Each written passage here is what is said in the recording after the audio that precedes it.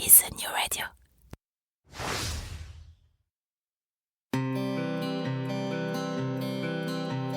Cela fait partie des choses qu'on n'explique pas.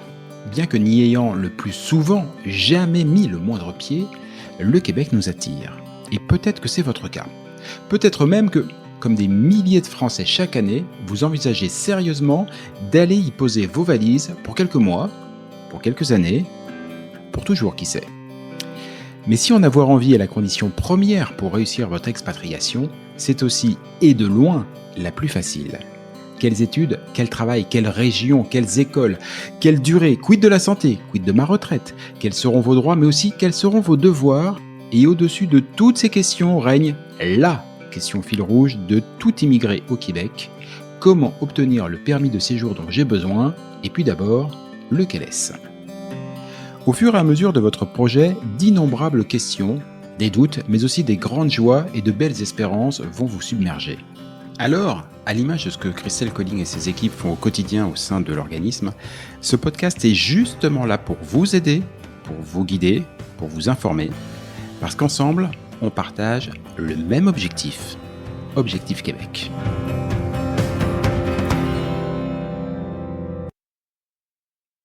Salut à tous et salut Christelle. Salut Jean-Michel. Ah, tu t'y attendais pas, d'habitude je te dis pas bonjour aussi vite. Bah non, mais moi je suis prête à tout, donc tu peux essayer de me piéger. Ça marche pas. Mais tu vois, c'est parce qu'aujourd'hui c'est un podcast pas tout à fait comme les autres. C'est Objectif Québec, le podcast, épisode 68. Alors, cela risque de vous paraître surprenant, mais l'expérience prouve que parmi les nombreux Français qui immigrent au Québec, une grande partie ressent un vrai bon gros choc culturel. Alors c'est étonnant, hein. S'ils partaient aux États-Unis, en Australie, en Bulgarie, en Tanzanie, ok, on pourrait comprendre. Mais au Québec, franchement, pourtant je suis certain qu'ils ont préalablement et consciencieusement scruté tous les passages de Céline Dion chez Michel Drucker. Peut-être même ont-ils poussé le vice, à visionner toutes les saisons de The Voice où Garou était juré. Alors comment, dans de telles conditions de préparation extrêmes, est-il possible de ressentir un choc culturel? N'est-ce pas? Elle est bien bonne la question, hein. Et face à cet épineux problème, Christelle et moi avons mis nos deux cerveaux en marche. Deux, quand même. Peut-être que sous prétexte qu'on parle la même langue et qu'on partage les valeurs communes, on croit déjà tout connaître de la belle province, comme si c'était inné. Peut-être qu'en fait, on ne connaît rien ou si peu de la vraie culture québécoise. Peut-être. Ouais. C'est à ce moment-là de nos interrogatures qu'on s'est dit que nos deux cerveaux ne suffiraient pas et qu'il nous en fallait un troisième. Un vrai cette fois. Hein. C'est un vrai de là-bas, quoi. Voilà. Bon matin, Jocelyn. Bon matin. Bon matin, Jocelyn. Et voici donc notre troisième cerveau, celui qui aura vraiment les réponses et qui va nous permettre, ça va être l'un des nouveaux fils rouges dans Objectif Québec, le podcast, de scruter, de voyager dans la culture et dans la société québécoise. Jocelyn Pinet, tu es conférencier, facilitateur, consultant, auteur, et j'ai mis 3 petits points parce que ça ne s'arrête jamais tellement tu fais des métiers, c'est incroyable. Et ce qui est sûr, c'est que tu es un grand connaisseur des cultures québécoises, évidemment, mais aussi françaises, et il y en a d'autres, et que tu es la personne idéale pour nous aider à faire les passerelles, comprendre tout ça, et nous éviter de vivre ce choc culturel, puis accessoirement, tu accompagnes aussi Christelle, hein, sur Objectif Québec. Vous travaillez régulièrement ensemble, et ça c'est pas négligeable. Jocelyn, ceci étant posé, j'ai une première question pour toi. Dans mon intro, je me suis permis d'avoir recours à de grosses ficelles, hein, des gros raccourcis, des grosses images d'Épinal. Jocelyn, j'espère que tu n'es pas trop choqué. Non, mais peut-être déjà d'éviter de vivre, je suis pas certain. Je pense que quand on arrive, qu'un Québécois arrive en France ou un Français arrive au Québec, il y a un choc. Et donc, on peut pas, et on devrait pas même essayer d'éviter de vivre un choc culturel. Au contraire, moi, je pense qu'il faut s'y donner et il faut se prêter au jeu le plus possible. Et je pense que c'est un des obstacles que les Français rencontrent quand ils arrivent au Québec, c'est qu'ils s'attendent pas à ce choc, tu le disais toi-même dans ton intro, et que ils s'imaginent que le Québec c'est un peu la France. on pense pas ça de la Belgique, on pense pas ça du Sénégal, on pense pas ça de la Suisse, bien qu'on parle français et qu'on y soit aussi francophone, on pense pas que c'est pareil. Alors que il y a une espèce de romantisme avec le Québec, ma cabane au Canada, le bûcheron québécois, les Indiens, les grands espaces, qui pour la France, je pense, et pour beaucoup de Français, à ce romantisme un peu naïf, je dirais, de connaître le Québec. Et tu disais Garou, Céline Dion, Robert Charlebois, et pour les plus vieux, Félix Leclerc ou Claude Léveillé. C'est pas ça le Québec. C'est ça, mais c'est aussi bien plus que ça. Et donc, moi, je pense qu'on n'évite pas de vivre ce choc. Au contraire, moi, ce que je voudrais faire avec vous, c'est vous donner peut-être des pistes, des codes de mieux comprendre la culture québécoise, l'identité québécoise, et de vous intégrer plus facilement quand vous y arrivez. Et qu'on fasse en sorte d'être moins surpris, parce que tu as raison, le choc, en fait, c'est pour ça qu'on part au Québec. C'est pour le vivre aussi, ce choc. Mais il y a plusieurs manières de le vivre, et c'est vrai que les Français, moi, pour l'avoir vécu, pourtant je m'étais préparé très sincèrement, je pense qu'on sous-estime complètement la profondeur, l'intensité de la culture et de la complexité de la société québécoise, et c'est bien d'avoir quelqu'un qui va pouvoir nous expliquer tout ça et nous aider un petit peu, parce que il y a le vivre, si on est préparé, si on s'y attend, si on y est intéressé, si on y a le goût, et tu es un conteur exceptionnel, le goût tu vas nous le transmettre, et puis il y a le subir, qui est toujours un petit peu moins drôle quand on s'y attend pas et qu'on se prend en pleine face et qu'on a à côté de ça plein de choses à assumer. C'est pas facile d'immigrer non plus. Est-ce que, ma première question pragmatique, ça va être de dire, est-ce que la première, je sais pas si on peut dire réconciliation à faire, mais la première prise de conscience à faire, elle n'est pas sur le langage. Tu as fait toi-même dans ta première prise de parole le lien en disant, bah oui, on dit pas ça avec la Belgique, on dit pas ça avec la Suisse, alors qu'on parle aussi français, pareil. Oui. Mais je crois que le langage, c'est pour ça que je te demandais si tu n'étais pas choqué, parce que parfois le langage entre français et québécois, il peut y avoir des faux amis qui lancent les relations sur des bases, on va dire, pas claires. Ouais, non, c'est vrai. C'est ta question? Oui. Oui, elle était longue, hein, je sais. Non, mais tu vas t'habituer. Christelle est très habituée. Elle sait très bien que le temps que je pose une question, elle peut aller prendre un café, prendre une douche, revenir, elle est pimpante, nickel, et réveillée grâce au café. Je te dirais, déjà, on va parler de culture. C'est une grande différence avec les Français et les Québécois. Les Français, ils aiment parler. Vous avez la culture du cartésien, vous avez la culture de l'explication. Ça étonne tous les Québécois quand ils vont en France d'écouter les gamins de 5-6 ans qui tiennent des discours où on se regarde en disant, wow, c'est incroyable. Non seulement il dit les choses, mais une connaissance qui est souvent étonnante.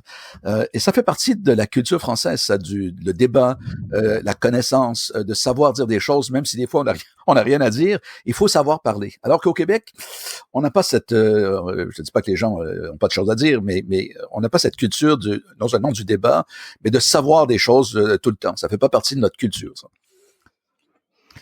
Cette chose-là, en fait, elle est intéressante. Puis moi, je voudrais revenir sur ce que tu as dit tout à l'heure, Jean-Michel. L'idée, en tout cas, de ces podcasts-là, où Jocelyn va pouvoir nous éveiller, on le fait déjà un petit peu, mais c'est vraiment ni de renier d'un côté la culture française, ni d'être de l'autre côté et puis de dire j'adopte que cette culture-là. C'est vraiment justement de comprendre comment la culture québécoise fonctionne, comment nous aussi, en tant que Français, on fonctionne, et puis de se dire comment je peux faire entre les deux, en tout cas réduire un peu l'écart pour justement qu'il n'y ait pas de conflit, qu'il n'y ait pas d'incompréhension. Et moi, j'aime assez cette notion parce que des fois, des Français me disent alors là, je parle plus à des Français, je vais plus rien. Non, surtout pas. Je veux dire, on peut pas renier là où on est né, on peut pas renier notre culture, c'est pas possible. Mais juste peut-être en prendre conscience et faire pareil de l'autre côté pour réduire cet écart-là. Absolument. absolument. Et c'est vrai que on arrive dans un autre pays, on est français, on se déplace. Moi, comme Québécois, j'ai vécu en France, j'ai vécu à Paris, je connais bien la France, j'ai eu un appartement pendant des années. Je suis né à Paris, j'étais fait au Québec, des parents québécois, mais je suis né à Paris et donc c'est pas parce que je suis né à Paris, mais parce que pour y avoir vécu et travaillé pendant 20 ans, je pense que je connais assez bien la culture française. Et je connais aussi les a priori ou les préjugés qu'on a en France avec les Québécois, et favorables et négatifs qu'on a envers le Québec. Et comme tu dis, Christelle, quand on est français, qu'on arrive ailleurs, je pense que, comme moi, comme Québécois, j'ai le devoir de m'adapter à la culture française, à parler pour que les codes se ressemblent. Sinon, je reçois des claques. Je me fais dire des choses en disant, mais Jocelyn, ça se fait pas, ça, ou ça se dit pas, ça, ou non, on fait pas comme ça. Sur toutes sortes de trucs du quotidien, que ce soit de conduire une voiture ou des mots qu'on utilise qui n'ont pas la même signification, même si c'est le même mot. Et donc, oui, j'ai reçu des claques, forcément, en France, comme Québécois, en disant des choses qui, pour moi, étaient normales. Tiens, Raconte. Oui, c'est ce que j'allais. Je suis un jour avec un client qui est un peu un ami, qui m'invite chez lui pour jouer de la musique. Lui, il joue de la guitare. Il y a son copain qui a des enfants qui jouent de la contrebasse. 4e étage, montée de la contrebasse, les 2 gamins, bravo, mais quand même. Et donc, moi, je joue de l'harmonica, pas trop mal. Et son ami a une espèce d'orgue de Barbarie, un très, très bel instrument avec une poignée dans laquelle il joue des trucs. C'est assez fantastique. Et donc, on joue de la musique, et puis quand on arrête, je discute un peu de son instrument, et je lui dis, ça coûte quoi, ça, à peu près? Et là, mon ami me regarde en disant, mais Jocelyn, ça se fait pas, ça. Mais assez choqué. Je dis, quoi, ça se fait pas? Il dit, mais on n'est pas dans les vieux, on n'est pas en Amérique ici, on est dans des vieux pays, ça se pose pas cette question devant sa femme, en plus. Je dis, mais attends, je m'excuse, et là, je me suis senti assez embarrassé. C'est vrai, en France, je pense qu'on parle pas beaucoup d'argent, on parle pas souvent de ce que les choses coûtent. Il y a un côté un peu, vivons bien, vivons cachés, ça se dit ça en France. Au Québec, on parle d'argent. C'est pas un sujet qui est tabou. Les gens se parlent de la valeur des choses. Peut-être pas l'américaine comme aux États-Unis. Là, on a quand même un côté, on est latin. Et donc c'est pas d'en mettre plein la vue à tout le monde, mais il y a pas ce côté-là. Donc ça c'est pour moi un exemple qui me vient facilement de dire, ouais, ici on parle d'argent, alors qu'en France on parle pas d'argent. Ça, c'est un peu secret, c'est un peu tabou. Et est-ce que toi tu as vécu, excuse-moi, est-ce que toi que tu as vécu quand tu es venu en France, et tu le dis très bien, mais pour toi qui vis aujourd'hui au Québec, tu as vécu en France mais tu es revenu au Québec, quand tu vois les Français qui arrivent de manière globale, ouais. C'est quoi pour toi les sources, je veux dire, je sais pas si on doit dire d'incompréhension, mais les petits trucs exactement comme l'histoire que tu viens de raconter, que toi tu as vécu, que eux vivent, sur lequel ils sont pas préparés, où il y a pas encore le petit truc qui fait qu'ils vont comprendre et qu'on va se parler bien. C'est quoi les... Le mot que tu viens d'utiliser, c'est se parler. On ne parle pas la même langue, on parle français. Mais ça n'est pas la même langue. Quand je vais en France et que je parle avec des Français, je change de langue. J'utilise pas les mêmes mots, je fais attention à mon vocabulaire, sinon on me dit, c'est charmant votre accent, mais qu'est-ce que vous dites? Je fais attention, je vais souvent dire, si je fais pas attention, de ça. On va parler de ça. C'est de ça. Mais c'est un truc de langue qui est pas joli. En tout cas, j'essaie de le corriger, mais ça fait partie et les Français je trouve que souvent, ils ont un côté un peu méprisant de la langue québécoise, un peu, c'est Ardisson d'ailleurs, un jour, il y avait, je pense, Linda Lemay, et qui lui jette comme ça en plein reportage, mais Linda, vous êtes jolie comme tout, mais cet accent, c'est horrible, on parle plus comme ça depuis les années 1800. Ça, c'est français. Et les Québécois, vraiment, si vous voyez mon visage tout de suite, là, j'ai des grimaces. Ça, c'est un truc qui est vraiment qu'on déteste. C'est notre langue, c'est notre identité, en fait. Et la langue québécoise, c'est l'identité du Québec. Et là, il faut comprendre l'importance de la langue française au Québec. Il y a 8 millions de francophones dans un océan de 380 millions d'anglophones. C'est une mer d'anglophones. En France, il n'y a aucun danger que le français se perde. Jamais, jamais. Vous êtes 67 millions de Français, ça se perdra jamais le français. Donc, vous pouvez mettre des mots d'anglais dans des trucs. On peut parler de manager, de toutes sortes de trucs. C'est pas un rocking chair et un parking. C'est pas grave. Mais au Québec, si on ne fait pas attention à la langue et qu'on sauvegarde à bout de bras depuis 400 ans, vraiment qu'on conserve le français, c'est notre identité. C'est plus que seulement une langue. C'est une identité culturelle. C'est l'identité du Québec. Et donc, quand on se moque de notre langue ou on se moque de notre accent, c'est de nous, c'est de notre identité qu'on se moque. C'est assez profond. Et c'est plus que c'est plus que l'équivalent de la baguette sous le bras avec le béret français, avec le Solex. Je pense pas que c'est pas les Français, ils rigolent de ça, mais c'est plus que ça. C'est vraiment l'identité. Il y a des choses qui pour nous sont fondamentales à qui on est. Et je dis pas qu'on parle pas anglais. C'est ça qu'il faut comprendre. C'est que même si on utilise des mots anglais, on est dans un océan anglophone. On est noyé dans une ère anglophone, mais on a réussi un tout petit peuple à conserver sa culture, sa langue, en se battant depuis 400 ans pour le garder. Et donc quand les Français arrivent en nous disant qu'on parle pas le bon français ou que c'est pas le écoute, tu peux retourner chez toi, hein, tu parleras français comme tu veux chez toi, mais ici, au Québec, on parle comme ça.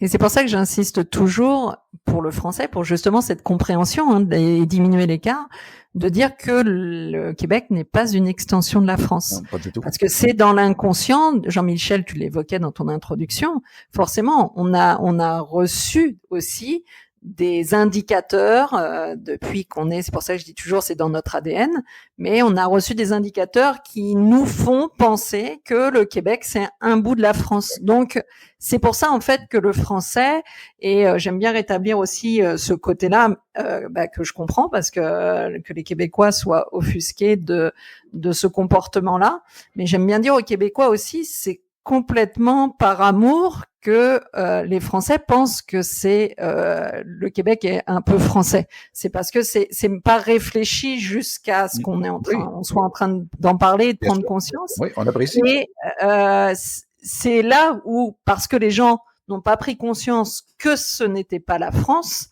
que d'un seul coup, faut éveiller puis se dire ah oui, on va remettre les choses dans l'ordre. C'est bien le Québec, le Canada, un pays à part entière. Ce n'est pas l'extension de la France. Donc, je le dis dans les podcasts à plusieurs reprises, un Québécois parle québécois. Donc, arrêtons de toujours être en train de dire bah oui, mais alors est-ce que c'est un Nord-Américain qui est un petit peu anglais puis peut-être avec des souches françaises? Non, mais un Québécois est un Québécois. Point. C'est-à-dire qu'après, éduquez-vous, regardez. De quoi est fait le Québec, et c'est le propre de ce qu'on va dire ensemble avec toi, Jocelyn. Ouais. Mais ne cherchons pas. Mais ça passe par de l'éducation et de l'information, ouais. Et c'est pour ça que j'aime l'idée que tu puisses en parler. Ben c'est qu'on vit en Amérique du Nord. On est des Latins, on est des Français, mais pas des Français de France. On l'a été au début, là, en 1608, quand on a, ça fait quand même, mais ça fait 400 ans et plus. Mais on a évidemment créé notre propre culture, notre propre langue. On est des francophones en Amérique du Nord. D'autant plus, et c'est là il faut remonter à la naissance du Québec, la Nouvelle-France, où les Français ont perdu la guerre contre les Anglais. Hein. Les Anglais voulaient ces territoires. Là, je ne veux pas rentrer dans l'histoire de détails, ça n'a pas d'importance. Mais on a perdu la guerre. Et donc, les Anglais sont devenus le peuple dominant, comme tous les peuples qui gagnent les guerres. Et les Français en Nouvelle-France se sont retrouvés des peuples vaincus, des soumis, le peuple de deuxième classe, les ouvriers. Jusqu'à l'époque, ce qu'on a appelé la Révolution tranquille, les années 60, l'anglais était la langue dominante au Québec. C'était la langue des riches, c'était la langue des patrons, c'était la langue des entreprises. Et les Québécois étaient des ouvriers. Je dis pas qu'il y avait pas quelques personnes qui réussissaient en affaires, mais les banques, c'était le Bank of Montreal, c'était c'était le St. James Club, qui était le club des hommes d'affaires. Vous regardez des photos de Montréal dans les années 60, tout l'affichage est en anglais. Mais les Québécois, eux, parlaient français. Ils avaient toujours parlé français. Ils avaient jamais abandonné leur français. Jamais, jamais. Mais c'était le peuple vaincu. Tiens, je raconte une histoire. Mon grand-père qui est né en 1904, il est décédé aujourd'hui, mais en 1904, à l'époque, quand les hommes cherchaient du travail, ils se mettaient à aller aux grilles des entreprises, des usines. Et puis là, le matin, à 7 heures, le foreman, c'est-à-dire le contremaître, mais c'était le foreman, on utilisait ce mot-là, c'était le seul qu'on connaissait, ça n'existait pas en français, c'était le foreman. Sortait avec un interprète qui lui parlait français, et là, il disait, j'ai besoin d'un homme pour ci, j'ai besoin d'un homme pour ça, etc. Et donc, il dit, mon grand-père, je suis à la grille, et puis il dit un jour, j'ai besoin d'aidant, et j'ai besoin de rembourreur. Alors, mon grand-père lève la main, et puis le gars qui traduit, il dit, ben, tu connais ça? Mon grand-père qui est dans la jeune vingtaine, il dit, oui, mon père est remboureur, je travaille avec lui, etc. Il dit, OK, on va te prendre. Et donc, il le met sur la chaîne d'assemblage, et il lui donne un petit tabouret à faire. Et il dit, mon grand-père, il dit, écoute, je connais vraiment pas ça, là, je me débrouille du mieux que je peux, mais c'est évidemment que je suis pas très bon, oui. Il dit, et là, le contremaître arrive sur la pause, et il regarde mon tabouret, il arrive, et puis il regarde mon tabouret, et il dit, no fucking good. Il dit, moi, je parle pas anglais, mais je comprends très bien que ça veut dire que ça va pas du tout, je comprends tout. Il dit là, bon, et là, le francophone qui est avec le contremaître me dit, écoute, si c'est pas mieux à midi, tu vas retourner chez toi, on ne gardera pas. Je dis, ouais, bon, OK. Alors, il dit, je continue à travailler. Et à l'heure du midi, le contremaître anglais revient avec l'interprète. Et le gars qui est à côté de moi, évidemment, canadien-français, parce que l'usine est séparée en deux. Hein. Tu as les Anglais d'un côté du mur et les francophones de l'autre côté du mur. Il voit que le contremaître, le foreman arrive, il prend mon tabouret, il prend le sien, il échange les deux. Et là, le foreman arrive, il dit « much better ». Et mon grand-père a travaillé au Canadien Pacifique pendant toute sa vie. Mais ça, c'est l'histoire de la solidarité canadienne-française aussi contre les Anglais, qui sont les maîtres, qui sont les rois, qui sont les rois de l'argent et qui sont les rois, donc qui sont les maîtres. Et les slogans qu'on a eu au Québec, « Maître chez nous », c'est « Maître chez nous ». On est chez nous, mais on s'est fait battre par les Anglais. Et donc, ça se comprend que le Canada anglais, qu'on ait des différences qui sont culturelles profondes, c'est pas que la langue. On ne vit pas pareil, on n'a pas les mêmes repères culturels, on n'a pas les mêmes envies, on n'a pas les mêmes... Le Québec, c'est pas le Canada anglais. C'est pas du tout la même chose. On a des liens communs parce qu'on vit en Amérique du Nord. On est nord-américain, forcément. Donc, on a des plis nord-américains, on a des réflexes nord-américains, on a un pragmatisme nord-américain aussi. Parce que c'est un pays neuf, il a fallu tout faire en 400 ans. Donc, très pragmatique. Mais en même temps, une culture, une langue, une identité qui est propre à la francophonie québécoise, qui est aussi vrai parce qu'il y a des poches francophones ailleurs au Canada, mais le gros bassin se trouve évidemment au Québec. Et donc, il faut cette identité, même pour les jeunes aujourd'hui, moi j'ai des enfants qui ont entre 40 et 27 ans, là, ça existe encore, même si le français est devenu, comment dire, moins... Ils sont plus internationaux qu'on l'était. Ils parlent anglais jeune maintenant. Je dirais que ça s'est effacé. Ces barrières entre les Français et les Anglais, parce que l'anglais est devenu la langue internationale. Et néanmoins, pour l'identité québécoise et tout ce que ça a créé au Québec comme culture, cette séparation de l'anglais et du français et ce besoin d'exister dans sa langue, dans sa culture, dans son identité, ça fait exploser toutes sortes de choses au Québec qui donnent naissance au Québec moderne, qui on est aujourd'hui. Voilà déjà, je pense, une première, pas incompréhension, mais une première surprise pour ceux qui nous écoutent. La Révolution tranquille, ça date de 1960, des années 60, donc c'était hier et tout. Et c'est vrai que je pense qu'on a à peu près tous l'idée que au Québec, le français, que ce soit une lutte, il y a un engagement, ça je pense que tout le monde en est conscient, mais pour tout le monde, c'était une évidence. Et ce que Jocelyn, tu nous apprends, c'est que dans les années 60, c'était pas du tout le cas. Et les années 60, c'est hier, ce qui montre bien que, effectivement, quand vous arrivez aujourd'hui au Québec, vous arrivez dans un territoire qui est en lutte pour sa langue. Et Et c'est pour ça que c'est ça. C'est la langue, contrairement à bien d'autres endroits, la langue, c'est notre identité. C'est ce qui nous rassemble, c'est ce qui est commun en nous, c'est notre identité. C'est ça la langue. C'est pas le seul élément de notre identité, mais c'est un élément fondateur de notre identité, c'est la langue. Et donc, on se bat pas pour la langue, on se bat pour l'identité qui est transmise par la langue, par la culture. Si vous allez en Nouvelle-Orléans, la Nouvelle-Orléans, New Orleans, c'est Orléans, on s'entend bien que c'est très français, ça. Mais les grands-parents ne peuvent plus parler avec leurs petits-enfants. Les grands-parents parlent encore un français de la Nouvelle-Orléans avec les accents. Si vous connaissez Zachary Richard, un chanteur assez connu avec un accent charmant, mais qui parle avec l'accent de la Nouvelle-Orléans, les grands-parents ne parlent plus avec leurs petits-enfants, pas en français. C'est disparu, c'est folklorique, le folklore de la Nouvelle-Orléans. C'est anecdotique, mais on veut pas ça au Québec. Et donc, c'est pour ça que l'immigration au Québec, et là, on peut rentrer dans toutes sortes d'autres chapitres parce que on veut s'assurer que les immigrants qui arrivent au Québec parlent en français, qu'on les forme en français, que leurs enfants aillent à l'école en français, parce que s'ils vont en anglais, on continue à nourrir l'anglais, un immigrant qui arrive, il regarde, écoute, la plupart des gens parlent anglais, je vais à Montréal, au centre-ville aujourd'hui, j'ai souvent la difficulté à me faire servir en français, parce que je suis à un restaurant avec un copain, on est en face de l'université McGill, sur la rue Sherbrooke, on est au restaurant, une jeune fille, 24-25 ans, bonjour, comment allez-vous? Puis c'est tout ce qu'elle nous dit. Hein? Et donc, pour tout le reste, elle nous parle en anglais. Et donc, moi, je lui dis, je parle très bien anglais. Alors, je lui dis en anglais, excuse-moi, est-ce que tu es né à Montréal? Parce que peut-être qu'elle vient d'ailleurs. Elle dit, oui, j'habite ici depuis toujours, je suis né ici. Je dis, mais tu me permets de te demander pourquoi tu parles pas français? Non, I don't need to. J'ai pas besoin. J'ai pas besoin de parler français. Et ça, pour les Canadiens francophones, quand on va dans des magasins où les les gens nous servent en anglais. Pour un Français, c'est pas grave. Il va parler anglais, c'est pas grave. Mais pour un Québécois, c'est dire, je suis en train de disparaître. Ma langue est en train de disparaître. Je suis en train de me faire noyer par des anglophones. Et je blâme aucunement les immigrants. Eux, ils arrivent en disant, qu'est-ce qui se parle ici? C'est quoi la langue la plus facile? Le français, c'est compliqué à apprendre. On s'entend, hein, avec les nous et les vous et les tu, et les, etc. Là. Mais la langue, c'est la langue de tout le monde. Tout le monde parle anglais un peu partout sur la planète. J'ai voyagé dans plus de 50 pays. L'anglais, c'est la langue de tout le monde. Et donc, tout le monde parle un peu anglais, baragouine, comme on dit au Québec. Mais ce qui arrive, c'est que ensuite, quand des Français se moquent un peu de nous, de mots anglais qu'on utilise, l'argument que je dis, oui, mais on a le mot français. Tiens, par exemple, vous dites un airbag. Il n'y a pas de mot français en France pour un airbag, mais au Québec, c'est un sac gonflable. C'est un sac gonflable. Vous dites un parking. On peut dire, je vais parquer mon char. Ça se peut que je dise ça, mais le mot stationnement existe. Je vais faire mon shopping. C'est bien le shopping, mais c'est un mot anglais. Vous dites pas, je vais aller magasiner. Les Français trouvent ça joli, magasiner, mais c'est, vous voyez ce que je veux dire?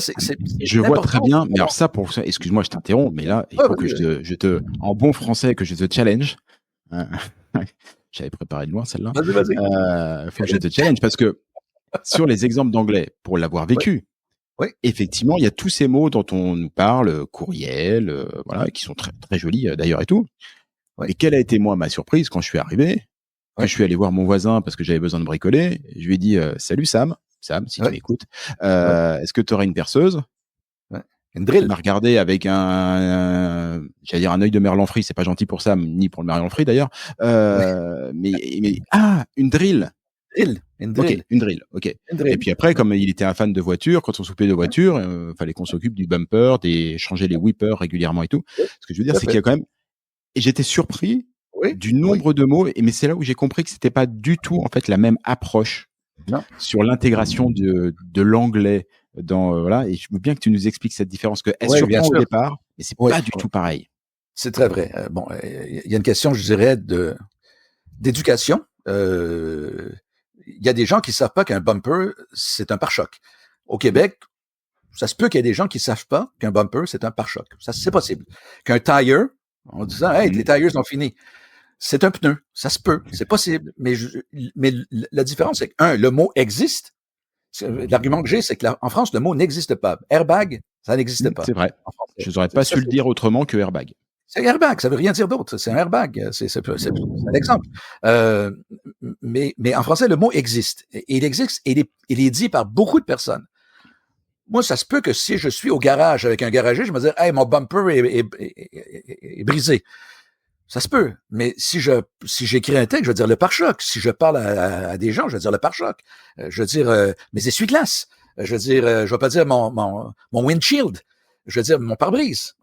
Mais on vit en Amérique du Nord.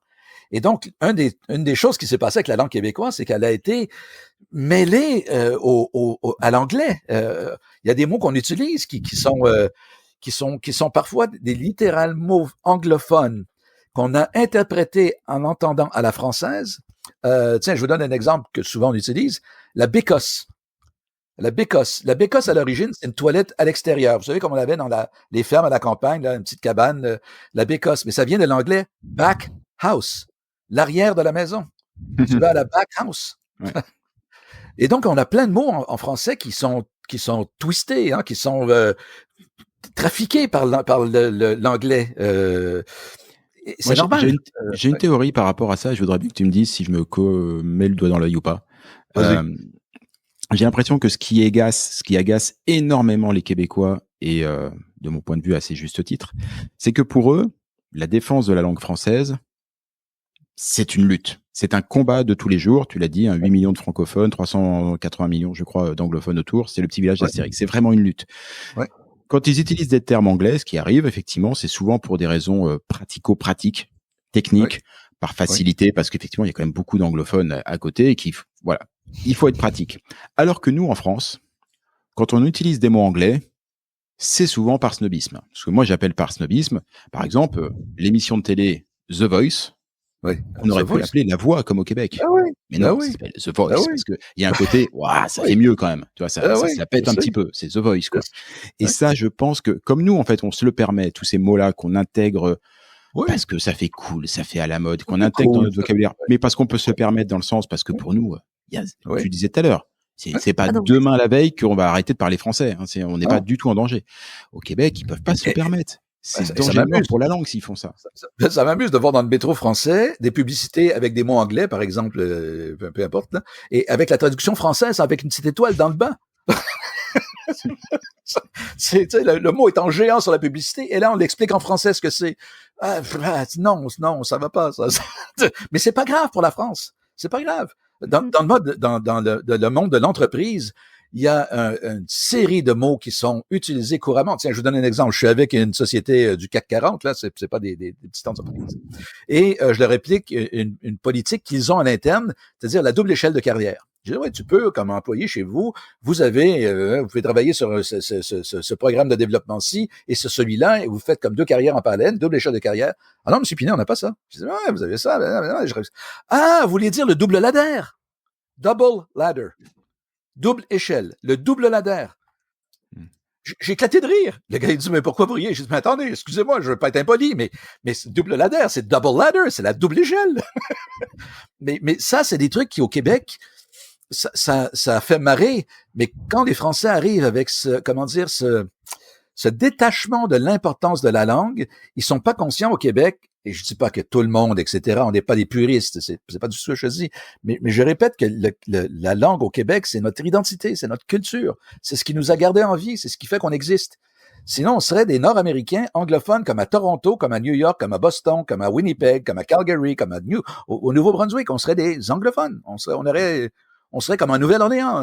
On aurait un petit bassin peut-être dans les campagnes, de gens qui parlent encore un français un peu cassé. Mais c'est 400 ans, c'est facile de faire disparaître un peuple en 400 ans s'ils se battent pas. Et d'ailleurs, Christelle, tu insistes toujours dans les préparations, quand tu vois les candidats, écoutez la radio québécoise, regardez la télévision québécoise, lisez québécois et tout. Cette question de la langue, t'es bien consciente que c'est un enjeu. Ouais. Non, c'est très important, mais c'est pour ça que je disais, il faut éduquer. Faut éduquer parce que c'est trop spontané, parce qu'on se pose pas la question. Et puis je pense que là, on parle d'un sujet précis, mais c'est comme ça pour l'être humain dans plein de sujets. C'est-à-dire que si à un moment donné, on t'interpelle pas sur un fait en te disant, peut-être que tu as une façon de faire ou de dire, qui est un petit peu dérangeant pour l'autre, ça marche pas si on nous le dit pas que là, maintenant, les chouchous, vous écoutez le podcast, vous pourrez pas dire que vous n'en apprenez pas un peu plus. Et puis sur apprendre, écouter et comprendre, c'est plus on comprend, plus on s'éduque et plus on se rapproche du peuple vers lequel on va et plus on va être capable d'assimiler en tout cas cette culture-là. Et il n'est pas question de devenir entièrement ce qu'on n'est pas, mais en tout cas d'avoir une approche humble et puis ne jamais hésiter. Je le dis toujours aussi, n'hésitez pas à poser des questions. Les Québécois aiment beaucoup qu'on s'intéresse et ça vous met dans une posture qui est toujours une bonne posture face aux Québécois. C'est-à-dire que même si vous savez, parce que vous faites le même métier que la personne, mais arriver avec une posture basse en arrivant, puis en disant, génial, c'est super, est-ce que tu peux me dire comment tu fais, comment t'as appris, etc. Et puis, au pire, vous allez apprendre un petit peu, et puis surtout, vous finissez pas cette conversation en disant, oui, mais moi en France, je faisais ça. Donc ça, c'est la chose à ne pas dire. Donc, adoptez tout de suite la bonne posture en demandant juste, en posant des questions, en vous intéressant, et c'est comme ça, en écoutant, que vous allez comprendre chaque jour un peu plus la manière d'aborder les choses et puis la manière dont vous allez devoir vous comporter face aux Québécois. Les amis, c'est pas la première fois c'est la première fois, mais c'est pas la dernière fois que nous allons accueillir Jocelyn. Alors soyez très attentifs quand vous voyez les nouveaux podcasts qui sortent. Vous verrez le nom de Jocelyn qui apparaît, Jocelyn Pinet, dans le titre du podcast. Dites-vous que celui-là, encore plus que les autres, vous avez le droit d'écouter les autres quand même, mais ceux-là, faut vraiment les écouter. Ah oui, on est bien d'accord. Parce que franchement, vous allez apprendre plein de trucs. Je pense que déjà, vous avez, si ce n'est appris, au moins pris conscience aujourd'hui d'une chose sur la manière dont est perçue la langue, ce qu'on a peut-être essayé de vous dire déjà 2-3 fois avec Christelle, mais il n'y a pas... Ouais. Jocelyn, ça le dit mieux. On sent que ça vient du cœur, que c'est des vécus. Tous ces messages-là, ils passeront beaucoup plus. C'est pour ça, Jocelyn, qu'on aura grand plaisir, Christelle et moi, à te recevoir très bientôt pour un nouvel épisode. Je vous remercie beaucoup à tous les deux. Merci à tous les deux. Merci, Jean-Michel. À bientôt. Ciao. À bientôt. Salut. Bye, Christelle.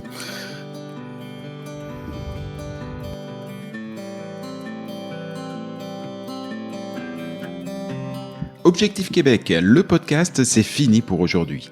Si vous y avez appris des choses, si vous avez toujours envie d'immigrer au Québec, et si vous êtes vraiment motivé, je ne saurais trop vous conseiller de prendre contact avec Objectif Québec. Avec leurs événements, leurs documents, leurs partenaires et tous les différents programmes d'accompagnement à la carte, Christelle et ses équipes vous faciliteront grandement la vie et vous proposeront tous les outils pour réussir votre rêve de vivre au Québec. Rendez-vous pour cela sur le site de objectifquebec.ca, objectif au singulier, Québec, tout ça en un seul mot.ca. Et donnez-lui une bonne note, ça fait plaisir à Apple et Google. Et puis nous, on va vous dire, on n'est pas fâchés. Rendez-vous sur un prochain épisode, et d'ici là, comme on dit au Québec, à tantôt!